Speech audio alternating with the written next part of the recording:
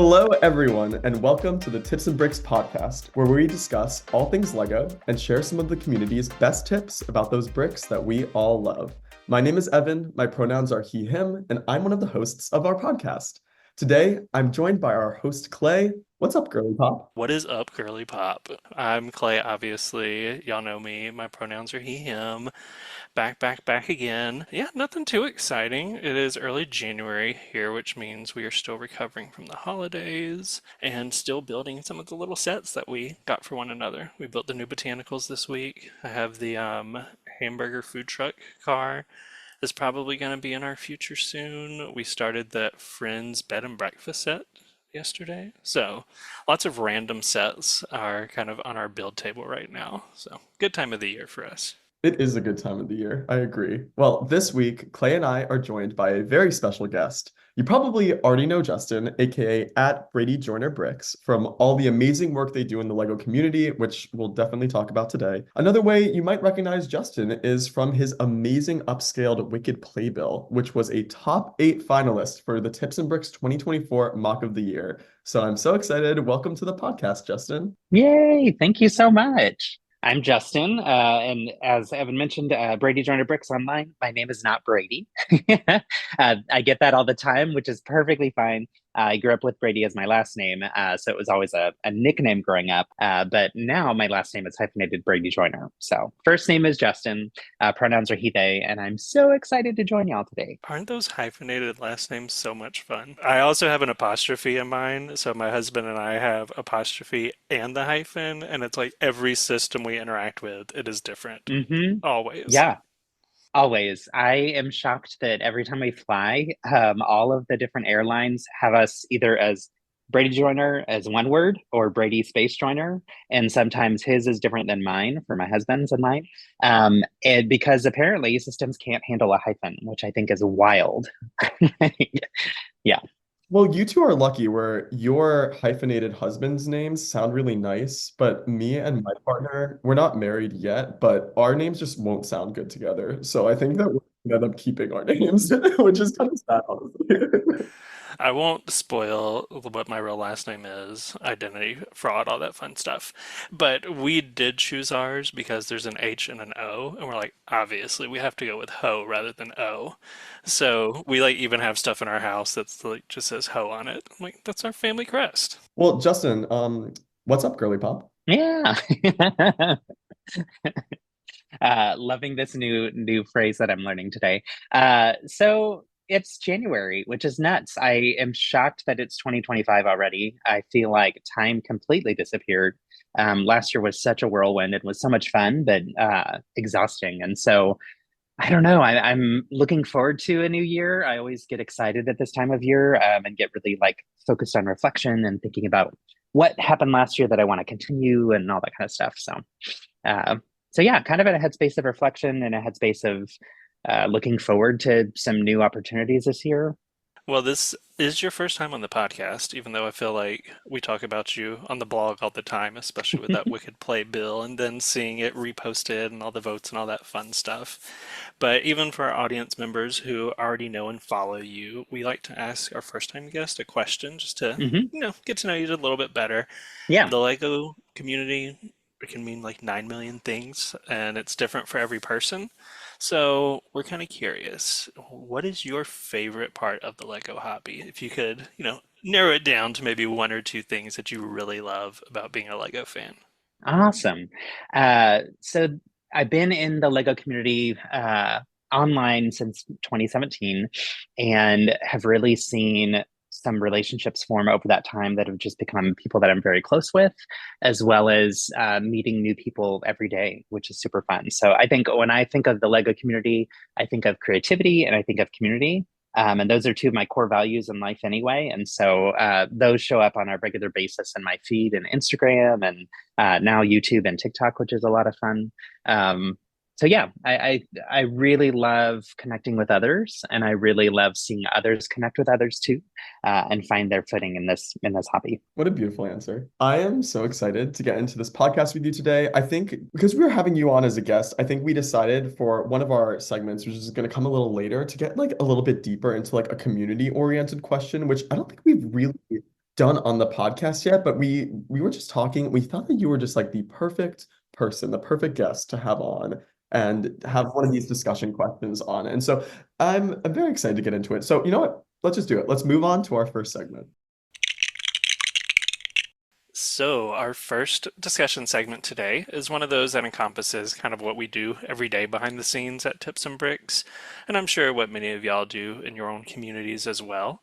I know, Justin, you definitely engage with these questions in your community. I'm sure a lot on your live streams too, where you just kind of get to sit and build and talk about what you're building. So our segment here, Custom Conversations, is where we talk about mocks or my own creations. Mock is just an affectionate term for something that all us LEGO fans build and, of course, love. So I know that both of you have shared builds at conventions before, and of course we often see a lot of the things that you build on Instagram as well, Justin. So before we get too deep into this conversation, have either of y'all started on any mocks that you might be displaying this year? Oh goodness. I do not. I'll be honest.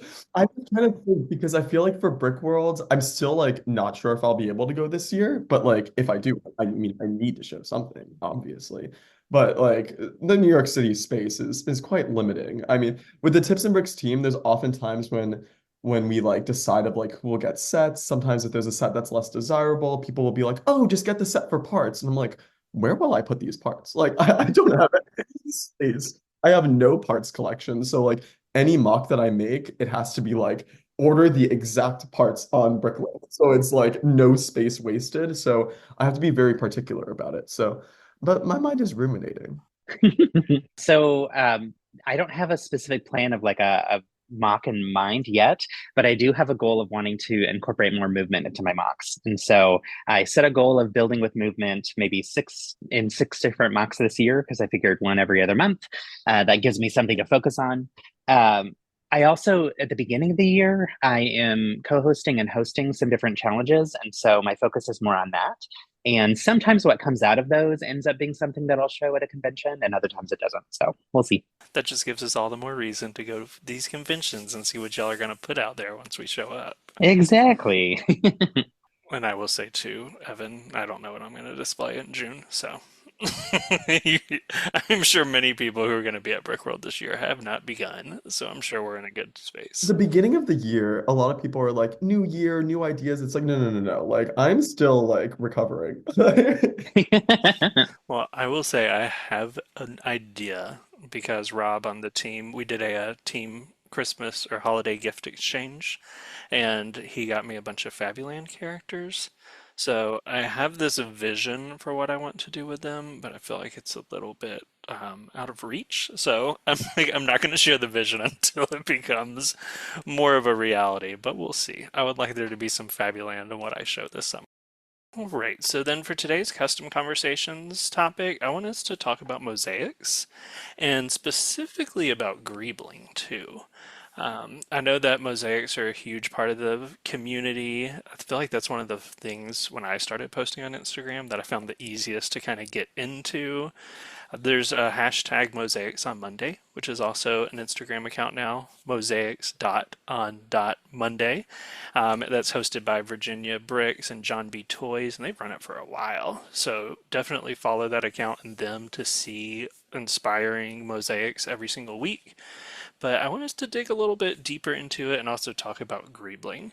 So I guess before we go that deep, let's back out a little bit. I'm going to throw it to our art historian, Evan, and just say, like, in general, how would you define what a Lego mosaic actually is? Okay, so in general, a mosaic, it's a larger picture or pattern that's made up by arranging together a collection of smaller pieces that are in like various shapes and colors. So mosaics are usually flat, but in the Lego world, obviously, like a mosaic's gonna have to become 3D, just the nature of Lego itself. So obviously, a lot of Lego mosaics, they use tiles, but you could really use any parts you want. And I've noticed, especially since uh, Mosaics on Monday has really popped off and it's become something that's really grown in the Lego community and become really popularized. I've noticed that the kind of the definition and the like window of what a mosaic is has just like kind of expanded. But I would say in general, like a larger image made up of like really small little pieces that come together, which like could be used kind of to like describe any Lego build in general, but I would say it usually needs to be like an image that is flat. You know, like there has to be some sort of like overall flatness to the picture. No, that's a acceptable definition. I'll say when I started Greebling, I was like, does this still count as a mosaic if it's like 2 3D? So I appreciate that explanation. Yeah, what is the window? I feel like there is a point where you're like, this is not a mosaic anymore. Not to be the gatekeeper, but like there has to be a point, where it's like this is not it's just a build. When Instagram kicks your post out and says this does not qualify as mosaic on Monday, that's the parameter. That's the bar. I feel like, I mean, maybe to give like concrete definitions too, like you have like the Milky Way, you have the Disney animation icons, like with you have like the little small little images. And so it's kind of that idea of like assembling together an overall image based on something that is like much more puny. And I know that obviously anyone listening has seen some Lego mosaics in some form, whether there's official sets, like you mentioned the Milky Way. Lego even has its own mosaic maker set and some things like the Disney animation icons. But I know that those of y'all listening who are familiar with Justin have seen a really incredible mosaic, which is that Wicked playbill we've talked about. And that one definitely gets into the world of Greebling, where you did not just only use tiles or plates, but you have some awesome depth and variation in it. So, do you want to just kind of walk us through? Like, I know not everyone's going to tackle a mosaic that big, but what was that build process kind of like for you, and how did it all come together?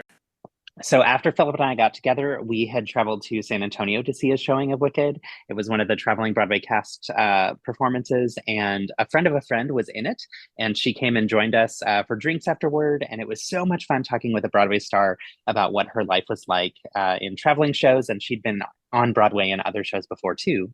Fast forward to 2015 or 2013, excuse me, she was in the original Broadway cast of Kinky Boots. And Philip, unbeknownst to me, had reached out to her for a trip that he and I were taking to New York, and asked, hey, what would be a good place to propose that would be in Broadway, but not like super cliche?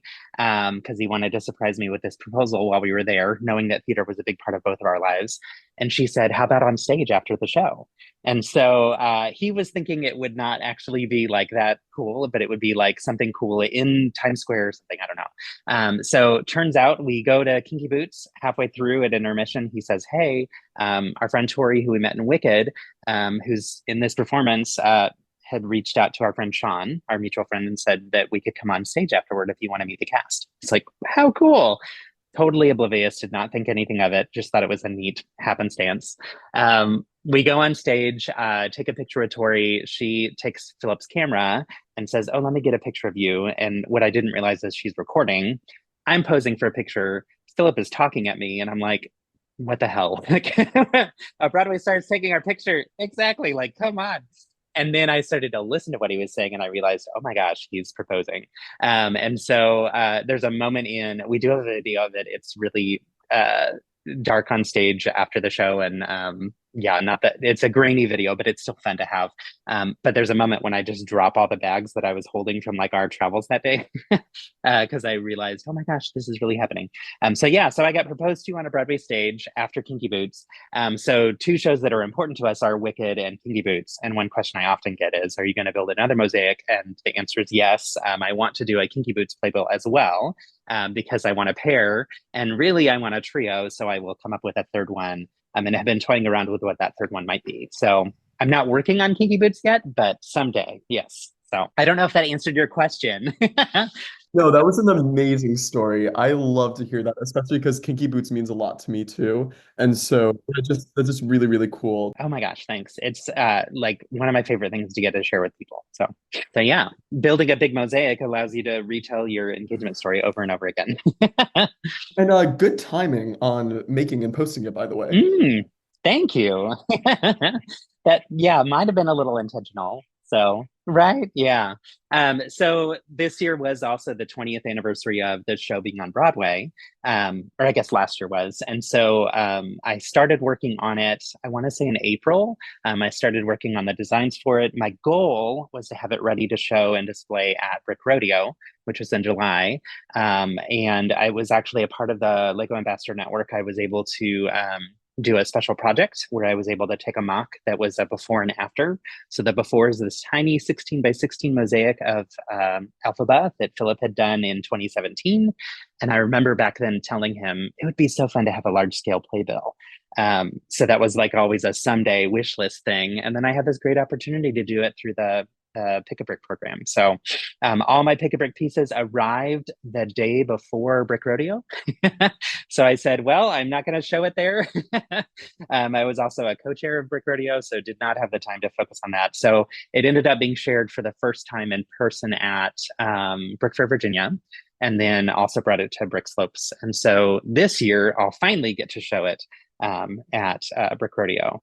But yeah, so it was the 20th anniversary of the show on Broadway, and then of course the movie coming out. So everything was wicked last year.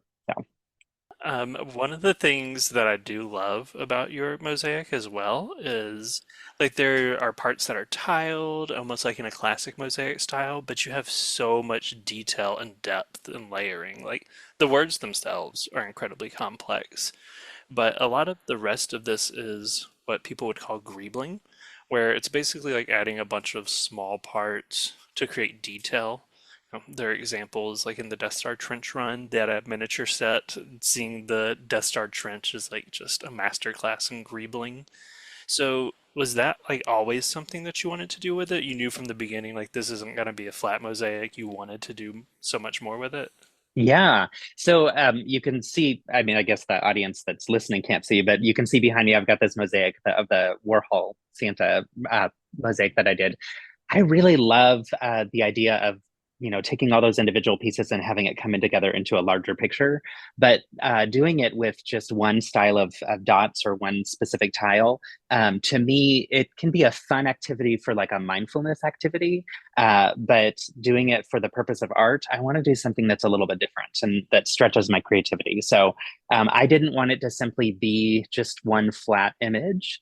And I felt like this was an opportunity to really weave in different things that told part of the story of Wicked or had elements that were important to me or important to Wicked, that were kind of like hidden Easter eggs or hidden details throughout.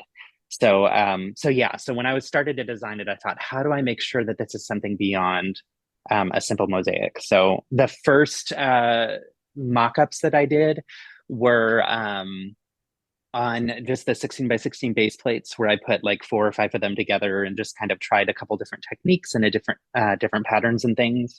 The basket weave technique that you see in Alphaba's hat, that was actually something that I had played around with for the Let's Build series. Did a group mosaic challenge where people from around the globe all sent in individual 16 by 16 base plates, where we each assigned like the color palette, but we could do whatever we wanted. So I kind of used that opportunity to play around with texture and get a sense of what I liked and what I didn't like. And that's where the basket weave texture for her hat came from. But then like hiding in the lyrics, or the title for good throughout their outfits, and the bubbles in Glenda's hat, and weaving in the little bits of blue in the hat as a little nod. All of those things I just felt like were opportunities to kind of take it one step further. This build is amazing though. I think this with Greebling specifically, I think a word that comes to mind is just texture. And I think that this build achieves just so many different textures that it adds like a great level of intrigue. And I think that's like what really successful Greebling does is that it doesn't just stick to one type of texture, that you use like different formations throughout to like really differentiate each part of the build. Like the hat, like you said, is this basket weaving technique. And then their clothes, a different technique, and their faces are more flat with like the circular small tiles that like vary in color to kind of give shade and dimension. So I think that that's like what's really, really successful to me about this build. Thank you so much. It was important for me, especially with their faces, to have the kind of gradients of color because I felt like that would better match and reflect what's in the playbill. And their faces are kind of the pieces that I feel like are where your eyes are drawn. And so I wanted to have something that made it clear that's the moment or the element that you're supposed to look at first. But then I wanted your eyes to explore everything else and to take a longer and deeper glimpse at all of it. So really, really pleased to hear that feedback. The other piece that I wanted to challenge myself with this build was I wanted to do brick built letters and do it in the kind of sideways snot building, using like the 2x5 technique where you have things sticking out from the wall. So I wanted those playbill letters to be 3-dimensional.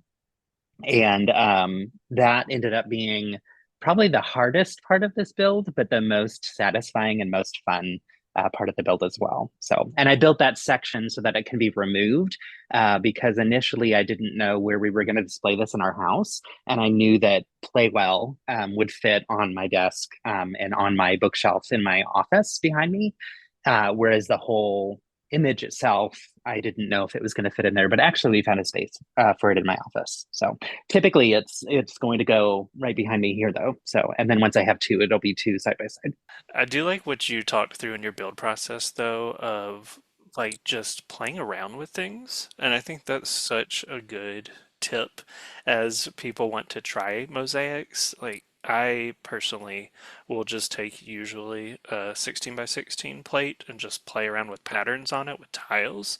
Like when I first got the 2 by 2 tile with cutout, I was trying so many different angles, like seeing what other tiles it would work well with, but just trying things on a small scale because we can see like these big beautiful mosaics like you've done, but so many people I feel like would be intimidated and just be like, oh, I could never do that.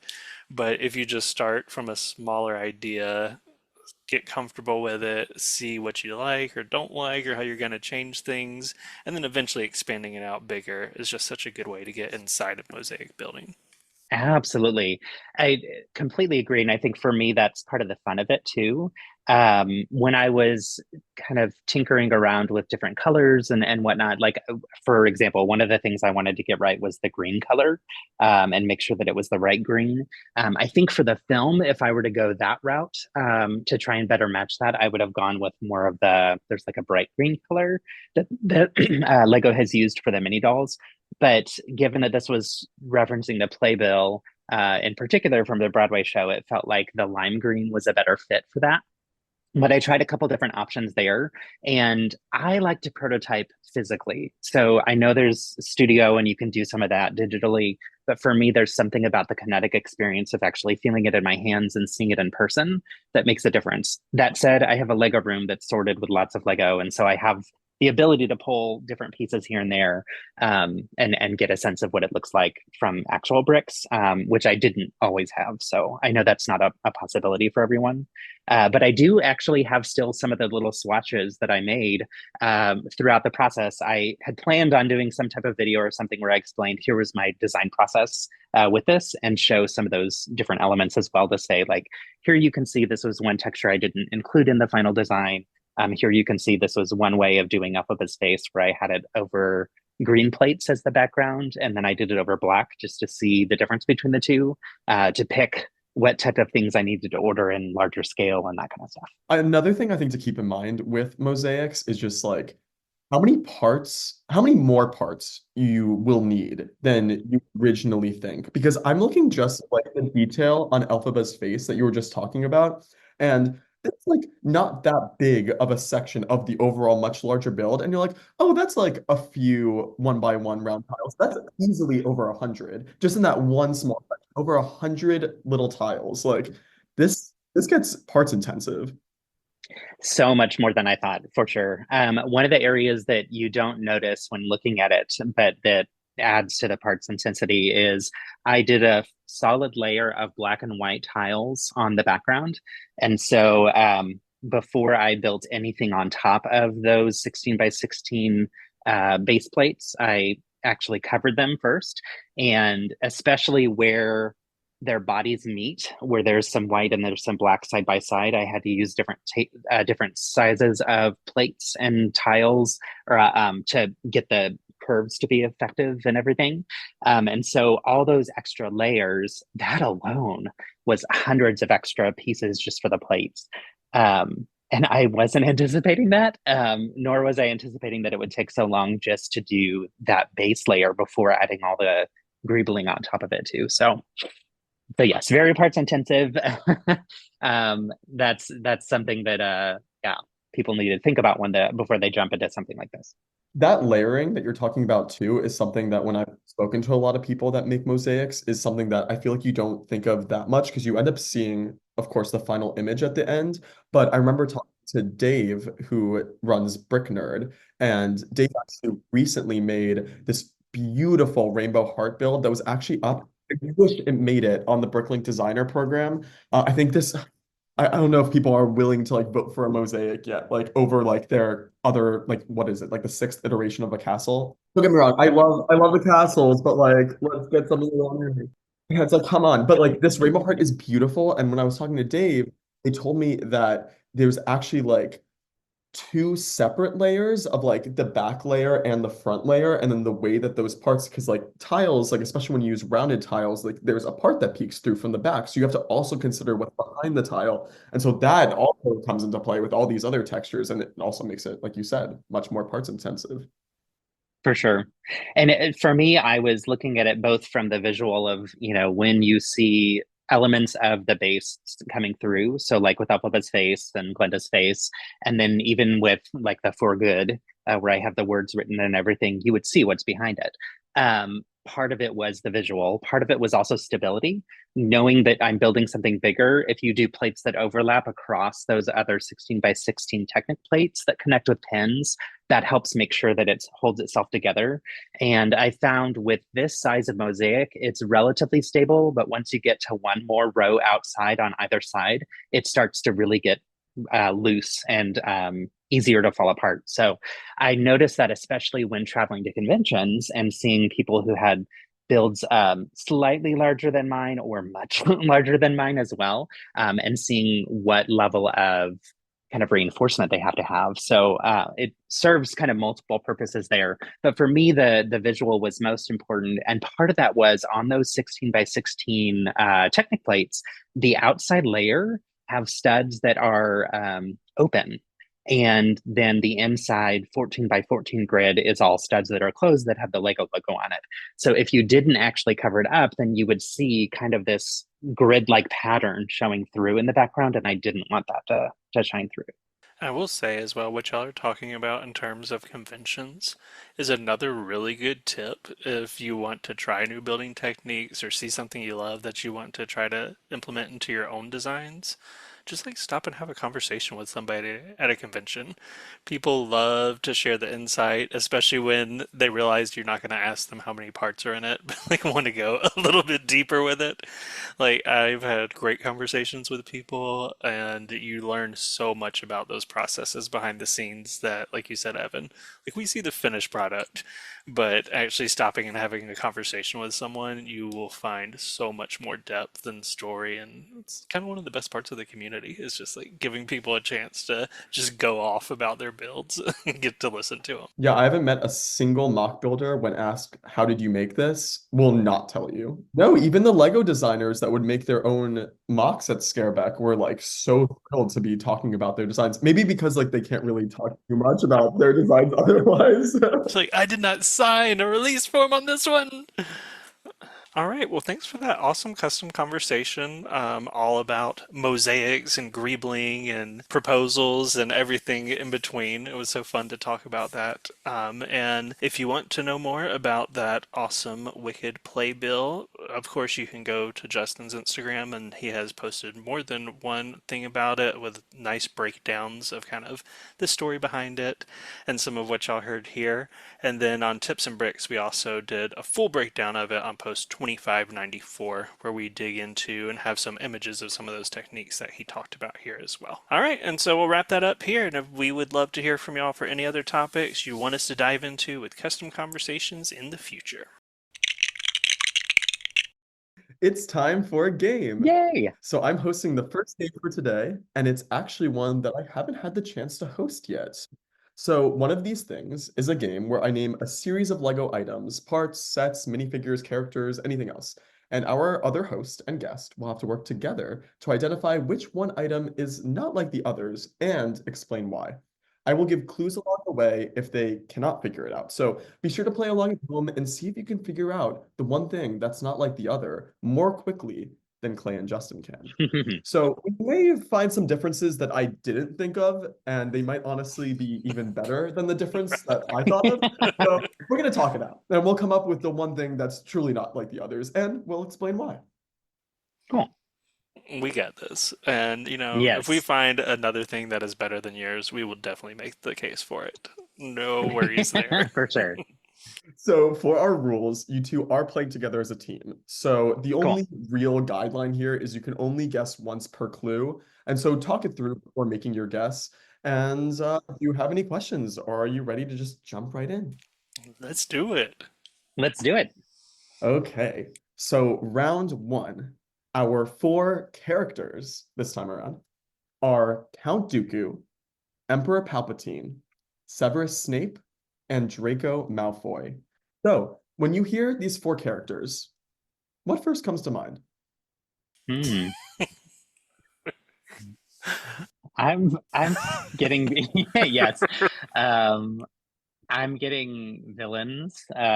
Yeah, it's giving villains. It's giving It's giving Night of a Thousand Sith on the runway. Black, flowy. yes. That's what it is. I love it. Nefarious. Nefarious, yes. I don't know. Nothing is immediately jumping out to me. Like, I guess you can make the argument Oh, like, yeah. oh, Snape is really a good guy, but I don't Right. think that's gonna be here. And I also think there's a great argument for Dooku being a good guy too, which I will not dig into here, but Also, this won't count as a clue, but keep in mind this is a Lego podcast. So oh, Lego good podcast. call. I would have been on a different track. That's fair. Okay. Do they Oh, all have capes? Let's see. wait a second though. If it's Lego, I know that we've had. What about the skin tones? Because Harry Potter originally Oh, released with yellow, yeah. but has done flesh tones since. Mm-hmm. Is Palpatine always been gray? Maybe white Maybe. sometimes? Yeah. I'm trying to think of like the earliest ones, which I don't have any of the earlier ones, but I've seen the pictures from They are terrifying. them.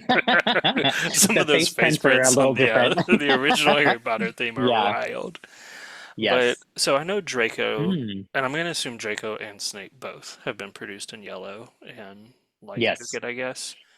Mm-hmm. I'm not I 100% would think sure the on same with Dooku. Dooku and yeah, I don't know for sure. Because I think it was either 2002 or 3 when they started using flesh tones, which would have been right around the time of Attack of Clones. So I don't know for sure Mm-hmm. what they used for that movie. Okay. Do we want to try to make a guess, or do we just want to ask for our next clue? We can ask for more clues. Yes, Yeah. let's ask for another Okay. clue. So we're gonna say no guess and go for clue 2. Oh, I haven't actually given you a clue yet. The Lego thing Wait, is what? just to lead you in the. Wait. You guys can guess without a clue. I mean, remember me and Oh. Sarah? I say we. Sarah Yeah, Sarah. bodied this without getting any clues whatsoever. So, oh no, I don't know though. I mean, we can guess without I was the gonna clue say if I you was gonna want. guess like that what you're- Palpatine is the only one who hasn't been produced in yellow, but I actually started second guessing that. So, So that is not the right answer. And okay. I will say you are like on the precipice. Okay, we're but- close. Oh, So give us okay. a clue then. Give us Yeah, a clue. so clue number one, just to say that you are very much on the right track here, like so on the right track, I can't even express. So clue number one is these characters have been in Lego production for over 20 years. Do you know if Palpatine? I almost feel like there was a yellow Palpatine, like way back in the day, like with one of those Death Star duel, like these cheap little sets, not the one that Evan Yeah. reviewed where Vader was unmasked, but there was like $6 or $9 sets. There was like a royal guard and a door or something, and I Mhm. feel like Palpatine was yellow in that one, but I don't know for sure. Yeah.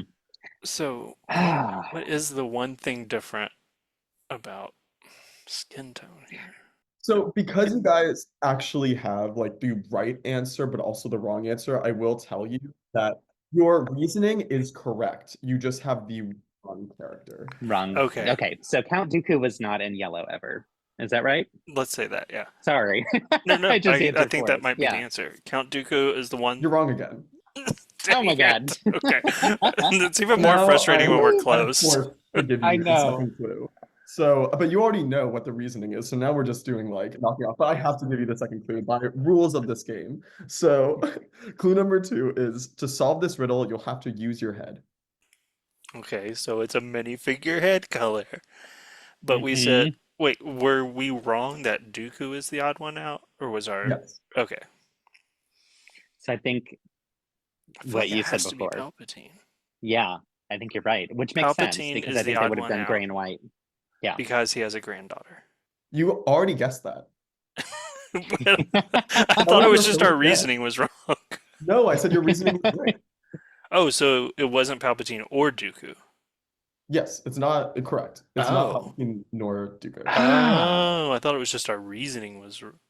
No, your reasoning's Okay, well, I know I've seen a Malfoy in yellow with a So we'll yellow say Snape head is print, so the I only think one. Snape.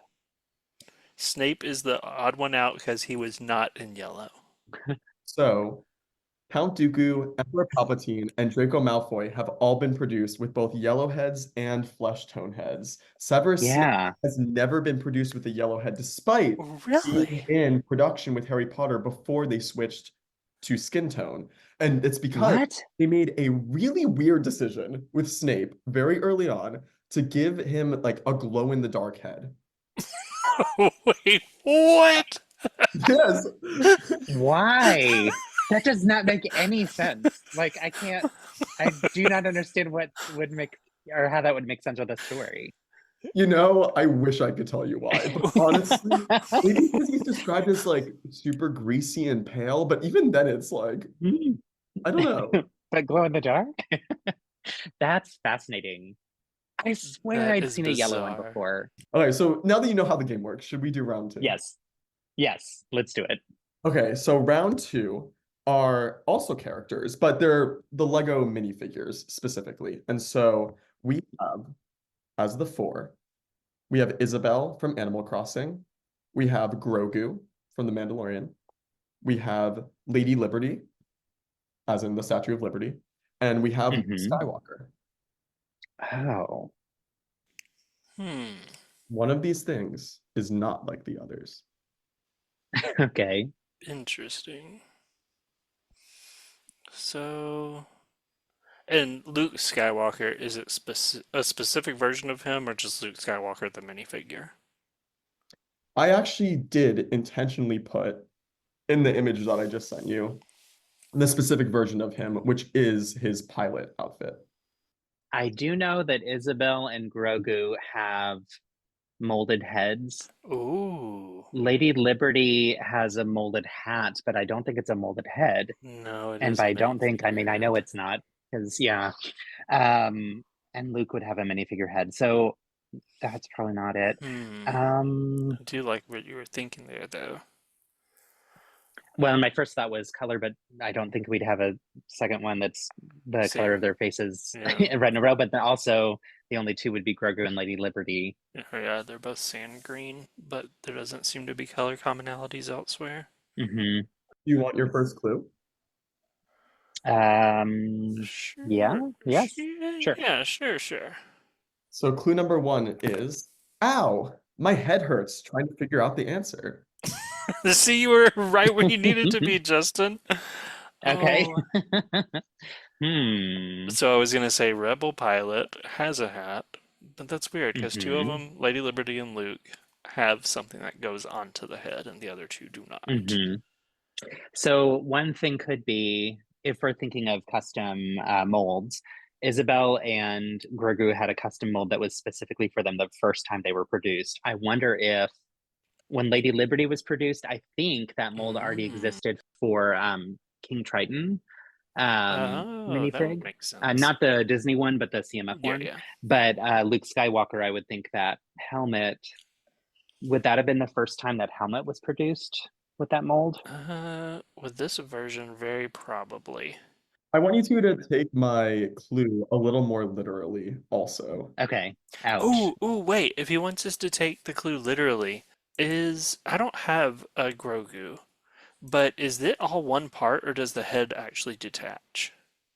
It's all one part. Oh, Is it? I could go check. Well, I think it's just like a Lego baby, isn't it? And those are one part. Yeah, yeah. So could it be that if it's about a head, Grogu is the odd one out because he's the only one that doesn't have a separate head?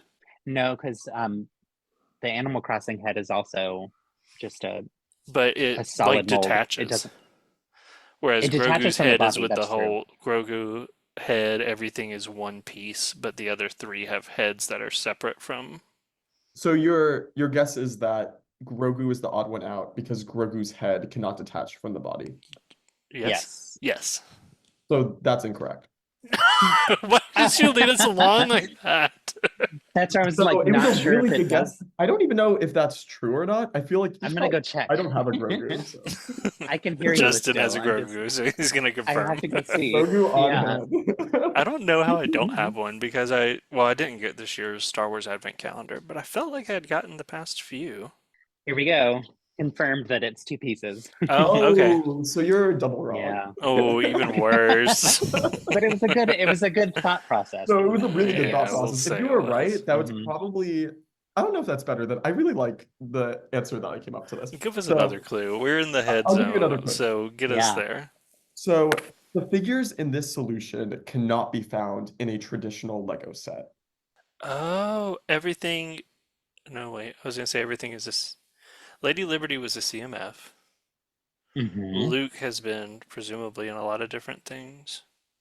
Hmm. Grogu has been in regular sets as of this 3 year. or He's 4. been in a sculpture. Hmm. Isabel's only been in a playset. Wait, so is it just that Lady Liberty is the only one to come in a CMF? No, I'm wondering if not it. no, Oh. no, okay. I was gonna say I'm wondering if Lady Liberty was ever in the Build a Minifig Oh, was she? at stores, but I don't think that's the answer because it's not really related to her head. That's also so niche. Yeah, think about the head. Why does their head hurt? Why does my head hurt? uh, I think you two might hmm. need clue number 3. Yeah, give it to Yeah, I us. think so. So clue number 3 is don't forget your wallet, your phone, and this answer. Wallet, phone, and watch. Wallet, phone, and keys. Keys. Oh, I know. I What think I is know it? the answer. Tell Is me. it well, I think the hint to the answer is that 3 of these 4 have been keychains. Oh, Luke, Grogu, and Lady Liberty have all been keychains? I would Or say do you Luke, use Isabel? Grogu, and is Isabel a keychain? I don't think Isabel's a I keychain. don't need And either. I'm pretty sure Lady Liberty would have been because it would make sense for Yeah. lots of reasons. But yeah. So we're gonna say Do we want to go Isabel with is Isabel? not like the others because she's not a keychain? That is correct.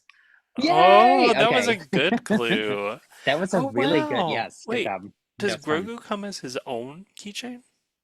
Hmm. On Lego.com right now, yes. I Does he just cost the checked. same The as the tiniest. others? Or does he cheaper than the rest of them? That's a good question. I think the same cost, Oh, but let's see. I'm very Like, curious now. I want $1 off for this baby fig instead of a that's minifig. so sad. I I mean, think I feel Grogu's like, worth a full price. yeah, Yeah, I would agree with that. I think you're hating on Grogu. I used to love Lego keychains, but they wear off so quickly. Like I had a Hoth Leia, Yeah. and she eventually got to like where her hairpiece was smooth, like the old expensive one, and no face print or anything. Hmm. But I love them. They're adorable. The only keychain I've ever had was the shark, like the person in the shark costume. And Mm-hmm. Hmm. the right like fin fell off. And so in my head, I was like, oh my God, it's left shark. Uh-huh. Yes. I love that reference. Oh, Kind of a deep cut. Hmm. Okay, so far you two have gotten both of them right. So let's see. Round 3 is a little trickier. So I'm Okay. very curious if you'll be able to get it. No hard feelings if you can't, because I think this is kind of a tricky one, but I'm excited for round 3. Are you ready? let's do Yes. it. Okay, so the 4 sets that are in round 3 are set 10350 Two-Door Corner, set 10497 Galaxy Explorer, set 10338 Transformers Bumblebee, and set 10305 Lion Knight's Castle. Which one of these is not like the others? Hmm. Hmm. Well, my Does initial Bumblebee come with thought. minifigures? Oh, it does not. Sorry. No, What was your initial thought? that is correct. My initial thought was going to be Bumblebee's the only one I own. So, so your idea was definitely more useful. No, I think minifigures is a great call. So I say let's just go ahead and say that one. So this is true, but it is not the answer. Like you Okay. said, Clay, mine digs a little deeper. So I'll give you clue number one, which will lead you in the right direction, which is all of these sets scored high in techniques by the Tips Oh, and Bricks blog when we reviewed it. okay. Hmm. So before that clue, I was almost gonna say, like, do three of these have new molds? Because I specifically remember the Ratchet and Bumblebee being new. Okay. And that's Let's what I see. most remember about our team. I believe it was Daniel. Did Daniel review this one, Evan? I believe Daniel did. Okay. We're going to say, I believe it was Daniel who reviewed Bumblebee and really explained the joints in that and how cool they are. So Hmm. that was one of the main things I remember about techniques. I was trying to think through like unique part usage or something that would be related to building techniques. And one thing that stands out for me with Tutor Corner is the use of droid arms and legs in clever ways. So it's Hmm. NPU with droid arms and legs. And I'm trying to remember with the Galaxy Explorer if there were arms or legs in it. Um, I'd say let's just guess this, and then we can see Okay. if a clue Yeah. gets us. So, oh, but I guess we have to figure out which one would be the odd one out. Which one of these Yeah. is least likely to use droid arms as NPU? uh, I would the I feel like Lion castle? Knight's Castle Yeah. would have it and it would be a fun surprise in it. But let's guess the castle. Okay, we'll say Lion's Night We'll see. Castle is not like the others, and we're gonna say because of NPU related to some type of droid arm. So no, that is not correct. To move you Okay. closer in the right direction, I want you to think Okay. of a technique, specifically just like a technique. And the technique that you're looking for is highly untraditional. Okay. Highly untraditional technique. Hmm. Oh, so in the tutor corner, when you're building out the top part with the black and white pieces, Mm-hmm. the black pieces that are at an angle just rest in there with tension, but they don't actually click in, Oh. so they're not studded in. I don't think that's the I think case this though is with, this might be right yeah. because Bumblebee, um, oh wait, does that attach? No, I was gonna say that the front windshield only sits there in car form, if I'm not mistaken. Hmm, And I then I could see feel that. like it's very possible the Lionites castle could have something that just rests and doesn't fully attach, especially with all those really cool corners and angles in it. Yeah. I from what I recall from Galaxy Explorer, it was all connected with Actually studs. attach. Um, yeah. Okay, so then Do let's we want to say, try that? yeah, Galaxy Explorer is not like the others because everything is attached. The other three use gravity or placement rather than having actual attachments. Okay, so you guys have nailed the reason why, but you are wrong Oh on the specifics. no! Okay, so we know Okay. Two Door Corner, and now we know Galaxy Explorer. So maybe, I mean, I could Hmm. be wrong about Bumblebee. It Let's might try it. actually attach. So we'll say Bumblebee is the not like the others for the same reasons we're just not going to repeat. So I'm really hoping that you're right because now that you said that thing about the windshield, I went through the instructions of Bumblebee just to make sure, and I think you're correct because that's my answer. But now I'm Okay. questioning if I am correct It's because okay, downstairs, so I can't check now, but I will try the to Hmm. confirm later and let you know. Cool. so Justin, like you already said, the two-door corner has the kind of like architectural detailing slot in and not be connected by anything. It's just a loose It's so cool. and connection's really cool. The Galaxy Explorer actually in the back of the ship, shout out to our team member Cal when I asked him for another set to include in this, he actually gave me this example. In the arrow, there's like a brick arrow, and actually another Yes. slots in and is not connected by anything Hmm. to create the Oh, I Oh, forgot arrow, about how that. neat. which is very cool. I had always Yeah. thought it was a print. As someone who's only seen the set, I didn't even realize that that was Yeah. print built. Never mind the Wow. cockpit technique. And Hmm. Lionel's Castle has a very cool technique that we highlighted in our review years ago, where the arch piece is actually put upside down and just kind of Oh yeah. and then Yep, stays that's into right. like forms like kind of like this like window or like balcony Hmm. like thing. And so I believe Bumblebee has every part connected, at the very least in its robot form. Everything is Yeah, Sure. connected. yeah, for sure. And Cool. I do Oh, that think there was might be fun. a stud placement, but A very regardless, good you job, said at least Justin. one form, so you are correct. That was a really good Good. call, though. Yeah, very good Mm, call, Justin. I Yeah. was thinking thank that you. you two might not even get this at all. So the No, fact that you I got it, wouldn't have, I don't think. you got it even without clue three. Teamwork. Clue three was going to be you can't connect these clues together, neither can the answer. Mm, Oh, that would ah, have gotten us there. yeah, That But is yeah. you got so it there cool, though. without that. So that was impressive. I wonder how common this actually is in official builds. I feel like it can't be common. I also just want to retroactively say I wasn't part of the blog when we reviewed the Galaxy Explorer, but the fact that that got a 4 out of 5 and not a 5 out of 5 on techniques, I think is criminal. I guess we got to re-review it. I think we got to re-review it. Yeah, I mean, just like that alone. It's a beautiful set. It really is. It was in my backlog for about a year and a half, and finally last summer I was like, I have to build this. This is so cool. So, Well, yeah. thank you two so much for playing along with one of these things, and congratulations on getting every single answer right. That was amazing. So Yay! I'm Yeah, yeah. curious though. I'm curious for the audience that if any of you were able to find the answer more quickly than Justin and Clay, or if you noticed another key reason why one of these things is not like the others. So we would love to hear from you. Share your thoughts and suggestions about our games by reaching out to us at Tips and Bricks. So it is me again because this week I'm hosting our question of the week. So every episode we share a burning question about Lego that we're going to answer together. We also want to hear from you, our listeners, what you have to say. So be sure to listen back to previous episodes and continue the conversation either on our Instagram or in our Patreon Discord. So the question I've prepared this week, it comes from the amazing fact that all three of us on the podcast today are members of the LGBTQIA plus community. So our identities as queer men have a big impact on how we operate through communities, including the world of AFOLs. So, LEGO has made some noticeable efforts related to our community with the release of 2021's Everyone is Awesome set. So, this week, the question is both for us on the podcast, but also for our audience to think about as well. Our question of the week is, what does everyone is awesome mean to you? So, like I kind of alluded to in the intro, Justin, because we're having you on the podcast today. And I know that you've kind of touched on like community discussion topics before just on your Instagram. We thought it would actually be really cool to like introduce that to the podcast as well.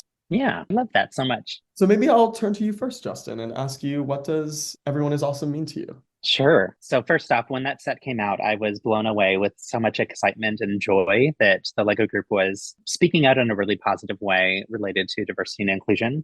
My background professionally is working in education and working in corporate contexts. Where I was working with DEI work. So, how do I drive spaces of belonging for people where everyone feels welcome to be a part of the community and feels like they're an integral part of the community and welcome there? So, for me, everyone is awesome is a really inspiring and empowering message of inclusion and of acceptance and support. I think the Lego group intentionally made it exceptionally broad in the naming of it. So everyone is awesome can apply to lots of different identities, which I love. And when we think about the rich diversity within the queer community in particular, I really love that how that blanket term can apply across all different identities within the queer community. But for me, what it says is everybody is welcome. Everybody has value. Everybody is worthy of love and acceptance and support. And yeah, that's where my head goes with it. How about y'all? I think that is also the message that Matthew Ashton, who designed it, was, Hmm. really putting out into the world. And I'm sure, I mean, I try not to reflect on social media comments too much, but I remember at the time of release, there was often some ugliness in, Hmm. conversations around it. And that made me so happy to see like Lego putting it out there, being unafraid, and some of the marketing they also will often feature queer couples too and queer Hmm. families, which I think is so important. So the idea that everyone is awesome, like absolutely resonated for so many of those reasons you describe. And I also feel like it's a message that like obviously extends beyond Lego. I know I had friends who that was the first Lego set that they ever bought. So it was very Mm, cool to see that message that like definitely resonates with us in our community, like going and bringing people into the Lego hobby in a way because it's a message that they recognized and they were like, "Oh, hey, Lego can be for me too, and I can be included and see myself as a Lego builder." So it, I think, I mean, still matters a lot, but especially when it came out a few years ago, I was like really impressed with it for sure. Beyond the set, though, what is it that Everyone hmm is Awesome means to you? I am a queer man who was raised in the South in the US, which is a pretty conservative religious area. And I mean, I'm not going to dig into everything in my past in the short time that we have here. We don't have time to trauma dump. But I will say that through childhood, a lot of life was me learning to like restrain myself and like try to keep those things that made me feel awesome almost like hidden because other people in society would tell me that they weren't awesome. So just hearing that message to me is kind of recognizing that we all have the capacity to be awesome and that what we do does not mean that it's wrong or our existence is not wrong. Like we have that capacity to be awesome and we should be celebrated. In many ways, we are not all of us. How do I say this? In many ways, like we are different from sometimes the society that surrounds us, and that's something that should be celebrated because that is what makes us awesome. So that's kind of like the universal message beyond the set itself means to me. Yeah, I love that. I think like for me, when I think of it, like I felt a really like tangible example of this when I was actually in Denmark and at Scareback. mm, And Lego designer Jamie, what is his last name? hmm Berard. Jamie Berard, yes, yes. He was there with his husband, and I was actually talking to another really amazing mock builder. And while I was talking to her, Jamie had recognized her and went over and was talking to her. And so then she introduced like us to each other.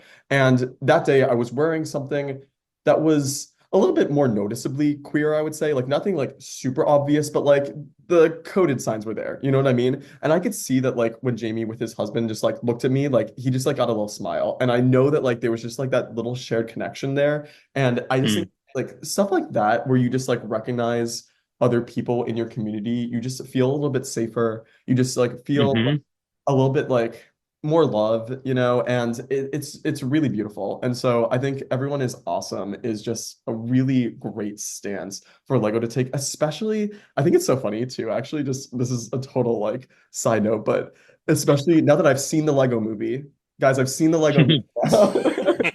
We're in what, episode 15 of the podcast. Everyone has Yeah. now seen the Lego movie. Yes, but I think in the movie it's funny because the whole Everyone is Awesome is both like a positive and negative thing because it's like kind of like hmm this like mind control scenario. And so I do like that Lego has kind of like reframed their Everyone is Awesome into being this like a great like celebration. Evan, what you were talking about just the experience of seeing someone who reflects something in you that makes you feel more welcome and included and supported. I think that's a big piece of what I want to represent with my fan media. So, with my role as a Lego ambassador, my goal is for people to come to my page, see something that's maybe different than them, and learn a little bit more, or see something that reflects something in them that makes them feel more comfortable and more welcome. I know as a queer person, when I first joined my Lego user group in town, my first meeting, I was really nervous to go. And Austin is a relatively accepting and supportive community, but that doesn't mean that every single person that lives here is. And I showed up and I had a whole bunch of builds that were from Oscar nominated films. And one of those builds was Philip and I had worked on them together. And one of those builds was from Call Me By Your Name, a queer film that was nominated for the Oscar that year. And so I was bringing builds that featured queer characters and talked about that right away in my first introduction to all these people.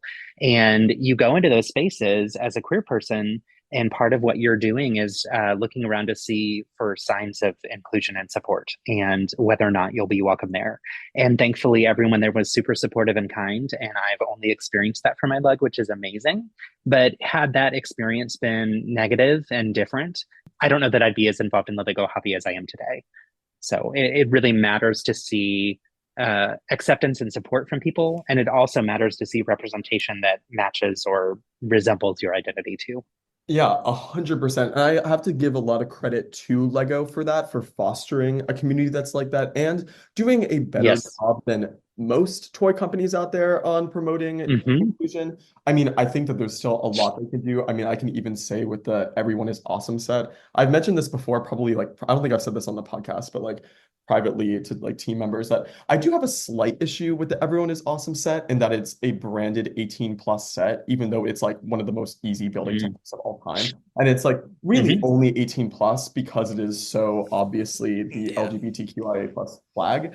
And I would love for there to just be like a greater acknowledgement that like queerness is not just sexual, you know, like that Hmm. queerness is Yes. just like it embodies itself in like so many ways. I mean, think about like how many like stories you see about like a little boy falling like having a crush on a little girl, you know what I mean? Like or just like having like those types of like friendships and like those those things bloom as like anything prior to 18 also, you know what I mean? And so I think it would be great to be able to see that in our media in general, you know? And so I think that Lego could have had that be a 10 plus set. I mean, it's literally like Hmm. just a bunch of this is actually the perfect way of showing it, you know what I mean? Because it's just a bunch of Lego characters in different colors, you know what I mean? It says Hmm. blanketly like asexual as you can be, you know what I mean? And so like I think that is actually one of the strongest points of the set to me, and that it Yeah. celebrates the community in that really diverse, really rich and special way.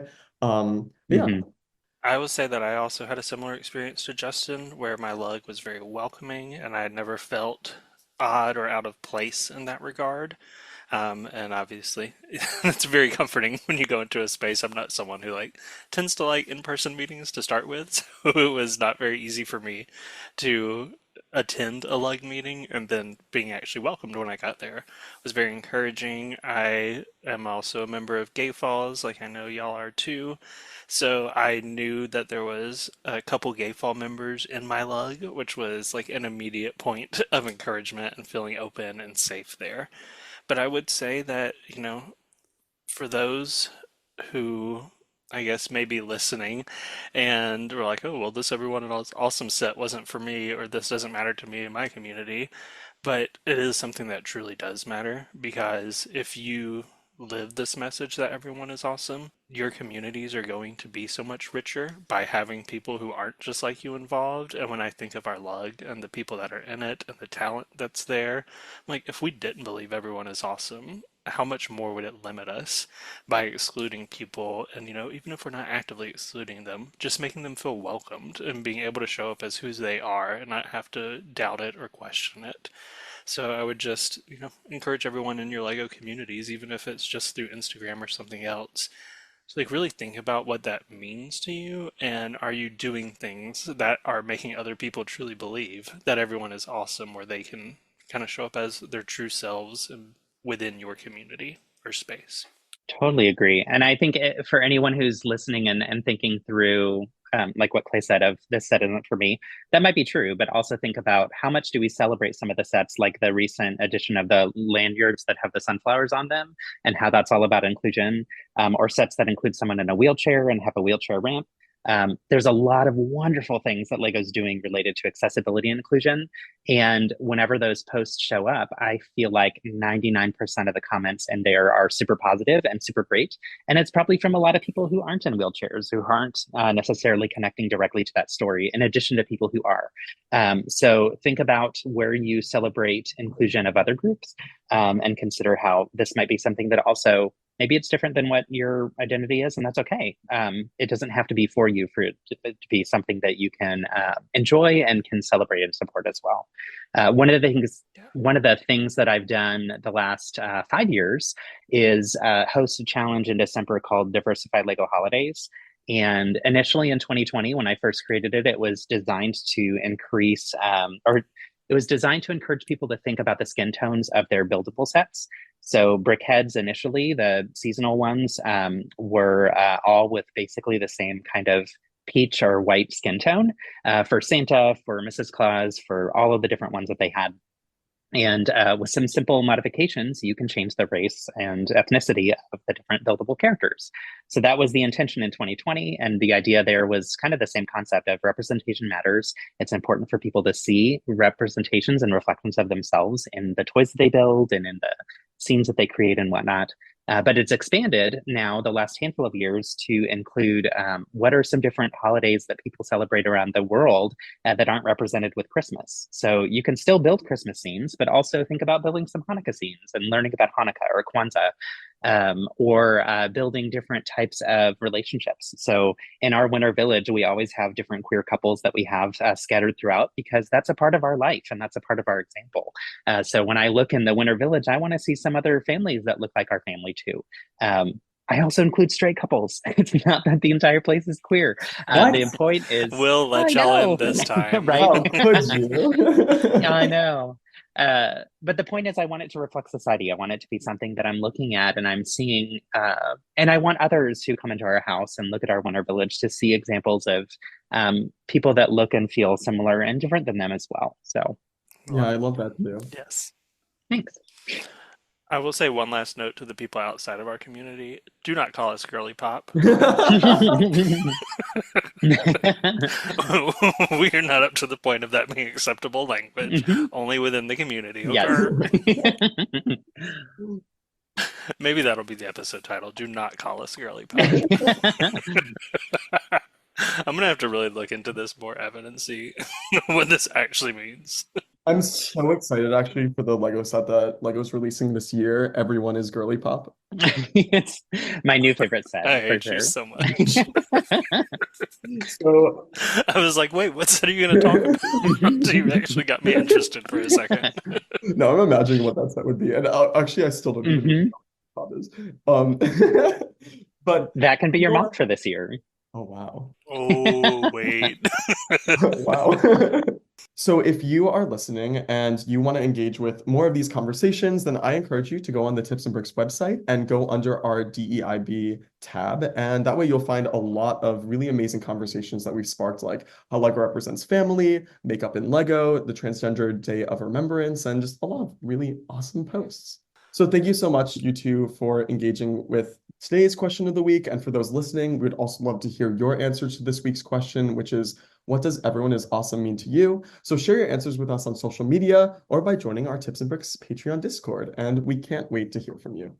Stay tuned for a future episode where we specifically dive into the question of how Lego represents family, highlighted in post number 2046. We'll have an entire episode dedicated to this discussion. Well, today we are playing, it's still a pretty new game, where two people compete to show off their Lego knowledge as fast as you can. So here in Lego Chicken, I'm going to give y'all a category, and you're going to try to say how many things you can name in that category within 30 seconds. You'll make your bet, pass it off to the next person, they're going to bet higher, or they're going to challenge you to do it. So once someone is challenged, they get only 30 seconds, and we're going to put it to the test, see if they can perform as well as they thought. And I'm going to tell you, 30 seconds goes fast. Real fast. Yeah. How are y'all feeling about putting your Lego knowledge to the speed test? Ooh, I am excited. I'm excited, but I think I'm gonna lose. Like I don't think my brain works quickly like I will this. say that's one of the fun part about the betting and challenging, because sometimes people can vastly overestimate their ability. So, depending on how y'all bet, we'll see what happens here. Cool. So, since you're our guest, Justin, I'm going to start by giving you the first category. So, once I explain the category, you'll say, this is how many I can name in 30 seconds. And then Evan will either increase it or challenge it. And once someone is finally challenged, put 30 seconds on the clock and see how well you do. Sounds good. Oh, I'm nervous. All right. So, our first category, I think, is a pretty fun one. We're going to see what we think here. This is name molds of Lego food. So brick-built food does not count, and printed or sticker ones, like there's a lot of one-by-one tiles with prints on them, we're saying that does not count as well. Only actual molds. And I mean, y'all know, there have been many things that have been used for architectural detail, but we're looking for something that at least at one point or another was designed for food. Okay, cool. I think I could do 10. Oh Okay, my 10. goodness. That's a great strong number out of the gate. I Okay. love this. When you said it, I started listing things off in my head. I could think of like five. I'm trying to think of. Okay. So, Justin, I am absolutely challenging you to think of 10. Evan Okay. wants We'll no part see. of this. Okay, so we've got 30 seconds on the clock. Justin is going to name at least 10, but we're going to, we'll see. Maybe We'll even more. see. Molds of food. I keep saying this the wrong way. Moldy Lego food. Lego molds of food. Ready. All right, three, two, one, go. Okay, so there's a turkey and there's a bread roll. There's the croissant. There's bananas, apples, cherries, peaches, T-bone steak, carrot, and I'm only in 15 seconds. Shoot, now I'm distracted. There's got to be one more. 10 seconds to go. I know. Oh my gosh, this is embarrassing. I know there's got to be one more. I'm stressed out now. What would I Oh, don't you're at know. time. You I were got so 9. close. I You were counted so 9. close. I think you got all the ones I would have. Did you say apples? I think He you did did. say I apple. did. Yeah. I think you said all the ones. Oh, When I you was said gonna bread say, roll, was it the giant bread? yeah, Like the The bread, the loaf of baguette. bread? yeah, the baguette, yeah. I was gonna say turkey and turkey leg, but because technically Oh, they're different molds. I mean, I would have counted it as 2. Okay, but still, I didn't say it, You so did. I Oh, I was gonna say didn't get you it. did say turkey. How mean do I want to be to Evan tonight? Yeah. So I guess we'll say Evan takes that one, though it was pretty dang close. Okay, That was really impressive. I mean, I did thank not think of you. a lot of those. There was quite a few I didn't There's got to either. be others. I know there's pie, Oh, Right. pie, oranges. ice cream. I would count. Would you count? No, the ice cream I was gonna say has been used as grapes, so that would be the same. Like I would have Yeah. accepted whipped cream, that little 1 by 1 swirl, even though I don't really think it is. I'm like, It's been used as ice cream. That was what I thought of when you said ice cream, actually, was Yeah. because there's been a lot of stuff like the dumpling that came in one of the oh, Lunar New Year sets, Oh, but that's a yeah. printed tile. So there's so many foods that have been represented, but a lot. There's not as many molds as I thought when I was preparing for this. The only other one I was thinking was orange, and that would be like the round The ball, Technic ball. So it's not oh, really an orange. That's not the intent for it, yeah, but it's yeah. used as oranges. And yeah, I mean, we see lots of times food molds or animal molds that end up as something else, like the yeah. rooster as architecture. Haven't we done the Hmm. favorite Bake Friday for bananas like 3 times, Evan? oh, Like it's that so one, I good. feel like people use bananas in all sorts of stuff. So many ways. But it's interesting to think of it, like you said, the opposite of something that started elsewhere and then turned into food. Hmm. Hot dog and hot dog bun. Oh, that would have Those are been two 2. molds. Yeah. That would count as 2 for sure. Also, I would have given you 2 for that. We'll see how the other ones go if we need to revisit the scores here. I mean, I technically still think you beat me because I mean, there's no way I would have even come up with 8. So the fact you came up with 9 That Awesome. time gets you though, because you rattled them off just like that, and then once you hit the part where the thoughts weren't flowing anymore, it was like, oh dang, where do we go from Then I here? froze. Yeah. Yeah. All right, so Evan will start this one. This was one I went back and forth about, so I'm curious to see what numbers we're going to get to here. But Evan, you're going to go ahead and tell us in 30 seconds, how many cities can you name where there are official Lego stores? There are many cities with multiples, so that would only count as one city. We're not counting number of stores. And then when I say official Lego stores, I have the list from Lego.com of their store directory. So stuff like, bricks and minifig, non-Lego retailers do not count here. We're looking for those official Lego stores where you can tend to get a pick a brick wall, build a minifig. Ooh, okay, this is hard. I think I can. I'm gonna do exactly what Justin did last time. I think I could do 10. I'm pretty confident I could do 10. Okay, 10 cities Are in we 30 thinking, seconds. is this US cities or is this Nope, global? this is worldwide. Oh, my 10 included global. Okay, yeah, yeah. All right, so Evan Um, has said 10. What do you think, Justin? More or you're I could do 12. Ooh, I like it. I like it. Solely because I think I could just rattle off cities, and even if they're wrong, I'll just keep going. I'm gonna say 15. Oh, 15? 15? Oh, you jumping up I Oh, here. mean, okay, Okay. that's I'm gonna like challenge. 1 per 2 seconds. I mean, The same where it's really fast. I think I can do more, but I want to see you guess. Right? Oh So no. I'm gonna say no. You guess your 15, and we'll see. Oh goodness. Okay, so again, cities that have official Lego stores. Oh goodness. Okay. And now Evan seems terrified that he's gonna have to actually do this I'm 15. just gonna like hit like the major cities of the world and just hope, hope for the Lego You gods. better hope. 30 seconds on the clock. Three, two, one, go.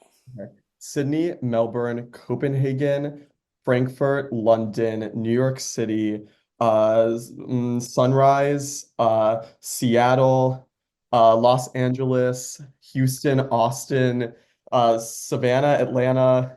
I'm just going so random now. We're over What's the 15, other aren't big we? city? You still got 8 seconds. And what's a New Jersey city? I don't even know. Columbus and Cincinnati. Time. I love the random New Jersey shade tossed in there too. Yeah, I didn't put a New Jersey. So he's counted 16, Justin? Is that what you counted to, Evan? 16? No, that sounds right to me. I said Savannah and Atlanta, didn't I? Savannah Mhm. and Atlanta. Savannah does not have one.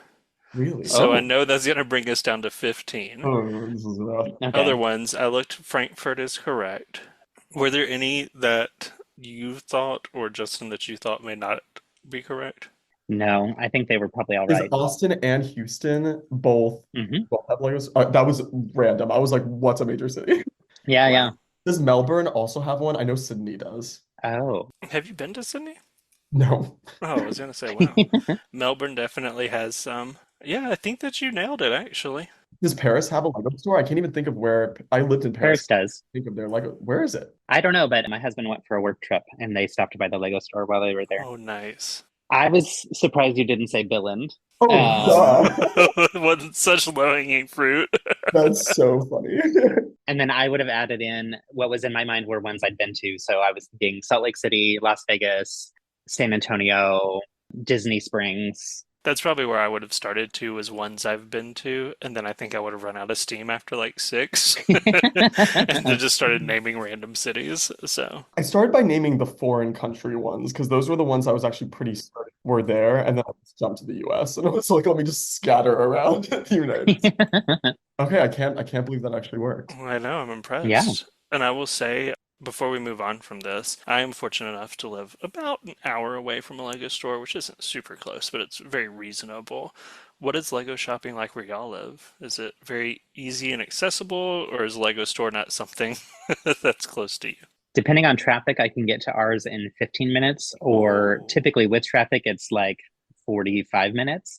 So I really have to time it right. Well, we're very blessed to have Lego stores within reasonable access Hmm. because I know there are many people who don't even have them in their state or have not had a chance to like do a pick a brick wall. So if y'all are ever curious, you can go to lego.com/stores/directory. You know, find random cities where Lego may be when you travel next. Okay, so for our next round, we are starting off with Justin. And in 30 seconds, we're going to see if you can name women who have been produced in Lego form. This could be minifig, mini doll, brick heads, and we are looking for real women. So, saying Sora or something from a Lego theme will not count.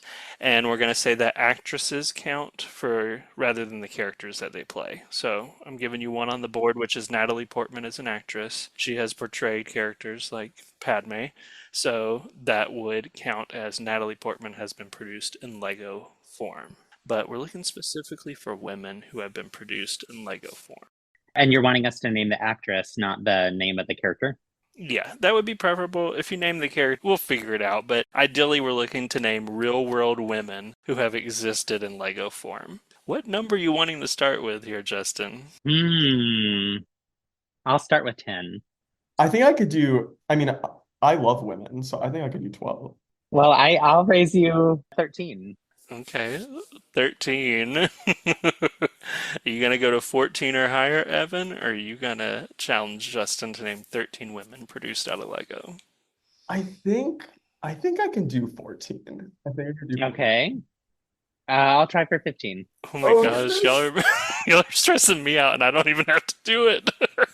I feel like cities are easier to rattle off than just like Mm, random people. You know what I mean? Like hmm. that's like my main struggle here. I mean, it's still pretty limiting. I mean, if this was named Lego Men, I mean, there are so many more options out here. But Hmm. Name Lego men whose names are Chris and have been produced in Lego form. Oh my gosh, that already would be. 20.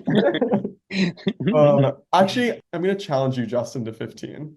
All Okay, right. I'm excited by this one. I was like, these two are going to be perfect for this round, and I really want to see where y'all are going to go with it. We're going to say not voiceovers, but we will count cool. Brickhead, Mini Doll, Mini Fig, and if you can think of something else, I'll take it. We got our 30 seconds on the clock. Three, two, one, go. All right, Sally Ride, Mae Jemison, Jane Goodall, Amelia Earhart. Black Widow was Scarlett Johansson. We've got Hermione Granger was I know her name, Emma Watson. That counts. And we've got, oh gosh, I'm only at six. The women from Big Bang Theory. So oh my gosh, oh, I know their names, and this is Kaylee Cuoco. And okay, shoot, y'all. 30 This is I seconds know hard. goes so more. fast, It goes so especially when you're fast. thinking. Yeah. You were really going in the right direction, though. You started to hit those sitcom sets. I'm like, oh, you got some money there. Oh my gosh. Now I'm thinking of even more from that. Yeah. Because I didn't even think about, I don't know why, because my thought was like actresses, you thought of like real people, like which was actually a very smart direction. I didn't even think once. Honestly, that's what I thought your question was initially. So that's, I think, why my mind went that way. But you're right, with the sitcom sets, then you could do The Friends, and that's three women. You could do this. I don't know how many are in there, but I know Minnie Kaling. Seinfeld, you could do Julia Louis-Dreyfus. Yeah. I was thinking you were gonna jump to Wicked. I thought you were gonna Wicked was what do. I assumed both of y'all Oh would my have started with gosh. too. I was waiting for Why that to be didn't the I first even? one. Oh, That's exactly where I that's so thought y'all were going. embarrassing.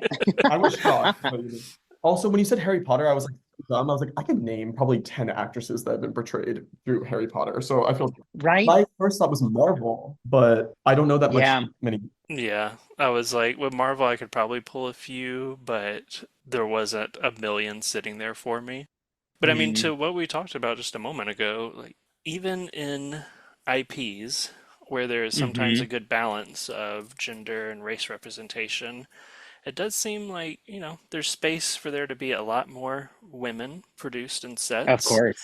We have one of our team members, Evo, who was on the podcast way back when. She is like all about where are the superhero mechs? We keep getting mechs of Iron Man, Spider Man, all of these things, but there are all these women superheroes. So why did we not have mechs of them? We see Lego make a lot of great efforts in a ton of areas, but I do think there's something to be said for us wanting to see more women in a lot of different forms. For sure. And I think a lot of us also like mini dolls, or at least open to Hmm. mini dolls for sure. But I think that's also an interesting conversation to see which types of media, like Wednesday, gets produced in a mini doll Hmm. versus what other media is getting produced in mini fig form instead. Yeah. It's interesting too with your question, even though you specifically said mini dolls as an option, my mind didn't even consider that. And in my Lego room, I've got Wicked, I have Wednesday, I have a lot of the Disney princess mini dolls. That's a ton of characters that I could have pulled from that I didn't even think of. The one that I was thinking too, this would give you five right away, is the Spice I Girls was about Brickhead. to say Spice Girls. I thought of that while you were talking too.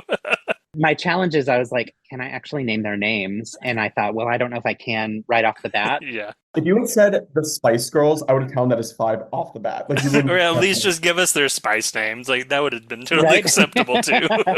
in a 30-second time frame. I think just saying Spice Girls would have classified. Yeah. Okay. And one day we can say Golden Girls and count four more, hopefully. Fingers Hmm. crossed for that IP one day getting produced. Awesome. Well, that was very fun to watch. I don't know if it was as fun for you to play, but Oh, so fun. but I hope you enjoyed. Well, I decided not to keep score because I don't like congratulating Evan for things. No. Oh my goodness. I believe Hey. that an Evan won the first three. Yeah. Because we were making Justin try so many, you you had that fun moment of panic. I really challenged you with some. You did. I loved it though. It was good. It was good. All right. Well, thank y'all both for being willing to play to put your knowledge to the speed test. I was pretty impressed with a lot of what y'all came up with, and I am now wanting to go to so many different cities and try out Lego stores all across the world. So, listeners as well. Come visit us in Austin. Okay, yeah, I've never been to a Lego Yeah. store in Texas, so I think it would be fun to see them. Wait, is it true? Are they all bigger there? No. Dang. I wish. Imagine a paper brick wall that's like 2 stories tall and you have to use a ladder to get up to the different containers. If only. Well, if y'all listening at home were able to do this in 30 seconds, we would love to hear those lies in our inbox. And if you have ideas for other fun games or other fun categories to do with Lego Chicken, definitely share them with us and we will put some people to the test in the future. Amazing. That's all we have for today's episode of the Tips and Bricks podcast. Thank you both so much for being with us today. And thank you, Justin, specifically, for taking the time to come on with us. And do you have any final thoughts or projects that you want to discuss and share? Yeah. Thank you again for inviting me to the podcast. It was so much fun to join y'all today. I do have a fun Lego Ideas project that I would love for people to check out. It's called Holiday Buddies. There's one for every month of the year. So they're little buildable characters where there's one for January, one for February, etc. And they're up on Lego Ideas now. So that'd be great if you can support that. And then the other thing is I'm leading a year-long weekly build challenge. And so if you get the calendar that Lego produced called the Fun Everyday Calendar, there's one prompt every Wednesday. And I would love for you to build along with me. So you can find the information on my Instagram. And we're using hashtag #BuildWithBJB for Brady Joiner Bricks. Wait, these are so cute. Thank you. Right, aren't they adorable? Thank you. They're my I favorite. want them. Wait, I needed this to happen. Yeah, This is so they're cute. so cute. And I love how such different designs they are for each one, too. It's Thanks. not just like the same base structure, which I mean, I think there's something to be said for base structure, but Yeah. like each one has its own unique kind of shaping, and there's so much differences with them, what I love. My hope was that if people were to Um, actually get the set, that they would have the opportunity to learn a bunch of different build techniques through them so that it would expand their ability to build different types of characters. So thank you. yeah, and character building is so fun too. And Yeah. I mean, it is a challenge though. hmm So I appreciate that you have that idea where people can kind of learn how to do some of that character building, and then of course take it and implement it in whatever ways they want to for themselves. Yeah. Thanks. I know we've talked about it a couple times, but will you please confirm where the audience can find you? I know Instagram is one place, but you're doing live streams and stuff as well. So where are some Yeah. of the best places that people can find you online? For sure. So people can find me at Brady Joiner Bricks on YouTube, on TikTok, on Instagram, which is my primary platform, and I'm starting a Twitch. That's going to be new for me. I got a Switch for Christmas, which is super fun. So I may play some games, but most of that's probably going to be some Lego building.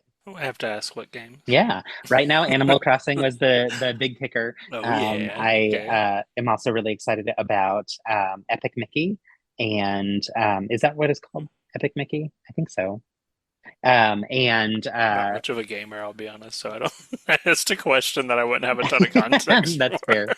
fair. We've got Mario Kart 8, which the biggest Oh benefit there yeah. is we get to play that with our nieces and nephews in different states. So Mhm. love that opportunity to connect with them. So We were whooping on some people internationally on Mario Kart last night, nice. playing the balloon battle online, Ah, and you get to see the flags for their countries, so you know where you're playing from. that's awesome. So yeah, we were having some fun with that last night. Cool. I have been really into Paper Mario for the last Oh, month or fun. two, though. Okay. So if you like RPGs, it is such a funny one, full of humor. Hmm. I mean, it's a remaster of my favorite game ever that I played back on the GameCube, I guess. Oh, wow. So yeah, whenever you have space, Paper Mario: The Thousand Year Door is a good choice. Awesome. Thank you. Yay. And for our audience, please return for our next episode for more Lego fun. Until then, continue the conversation with us at Tips and Bricks on Instagram and join us on Patreon. The link can be found in the podcast description. And of course, if you enjoyed today's episode, we always want y'all to rate and review us on your favorite podcast app. We are on Apple Podcast now as well, so that makes it even easier to rate and review us. And if you do leave a review, it's going to help listeners like you find us. All right, so until next time, then, I am Clay with Evan and Justin here, my girly pops, signing off. Happy building.